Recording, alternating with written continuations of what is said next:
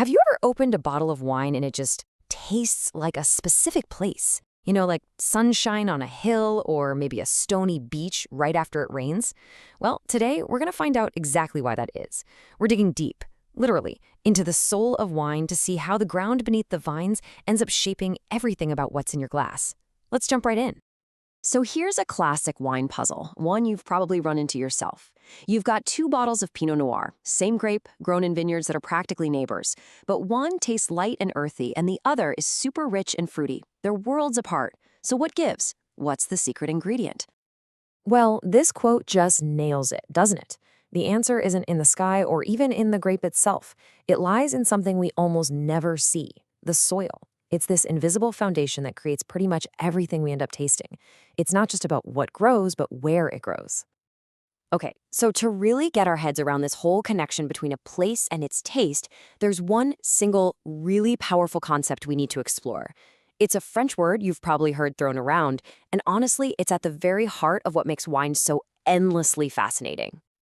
And that word is terroir. The easiest way to think about it is like a wine's unique fingerprint. It's the whole shebang, the climate, the slope of the hill, the winemaker's choices. But terroir teaches us that soil is the literal foundation. It's the bedrock that a wine's entire identity is built on.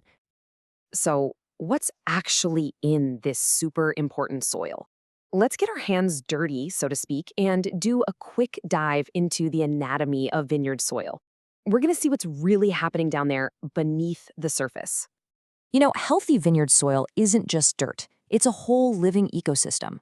As you can see here, about half of it is just minerals from whatever rock is deep down below. But check this out. An equal amount, a full 50%, is just empty space filled with water and air. That's absolutely critical for the roots to breathe and drink. And that tiny little 5% of organic matter, that's the powerhouse, the lifeblood of the whole system. Okay, but those mineral particles I mentioned, they come in different sizes. This is what we call soil texture. It's just the specific mix of sand, silt, and clay.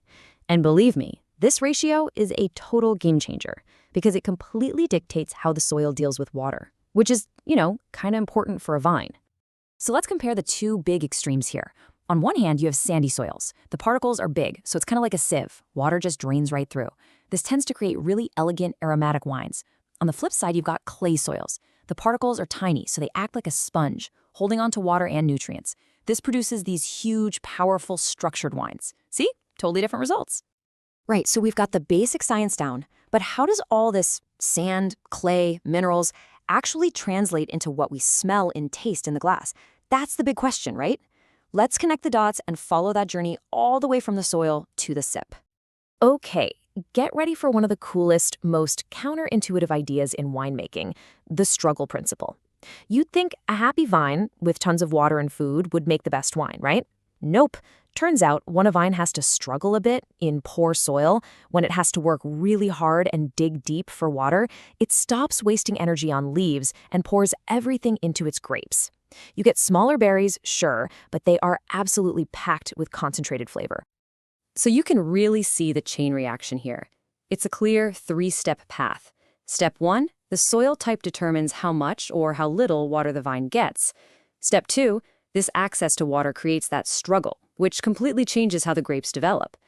And finally, step 3, the chemistry inside those grapes, the sugars, acids, tannins, is what directly shapes the final taste of the wine in your glass. Simple as that. Let's look at two incredible real-world examples. First, think about the famous chalky soils of Champagne in France. What do they produce? Wines with screaming high acidity and that classic flinty mineral character. Now, let's fly over to the volcanic soils on Mount Etna in Sicily. What do you get there? Wines with these wild, complex aromatics and a totally different kind of vibrant electric acidity. You can literally taste the ground. All right, time to see these ideas in action. Let's pack our virtual bags and take a quick spin around the globe to visit some of the world's most famous wine regions and their iconic soils. First stop, the Old World, where traditions are literally rooted in the ground.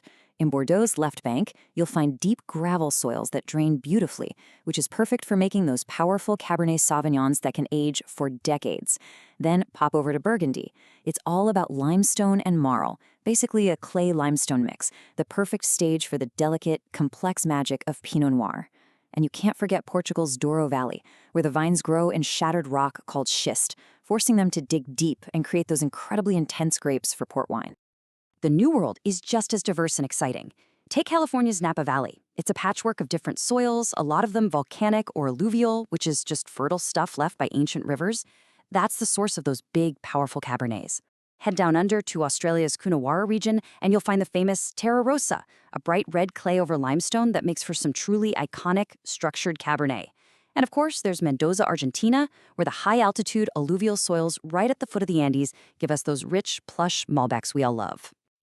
So it's clear this living soil is an incredible resource. But here's the thing, it isn't invincible. It's actually a pretty fragile ecosystem. And if we want the future of wine to be as exciting as its past, we've got to talk about protecting it. And the biggest challenge right now, no surprise, is our changing climate. When you get these massive, extreme downpours, they can literally just wash the precious topsoil away. That's erosion. And on the flip side, longer, hotter droughts can basically bake the life right out of the soil, killing all the good microbes that keep it healthy.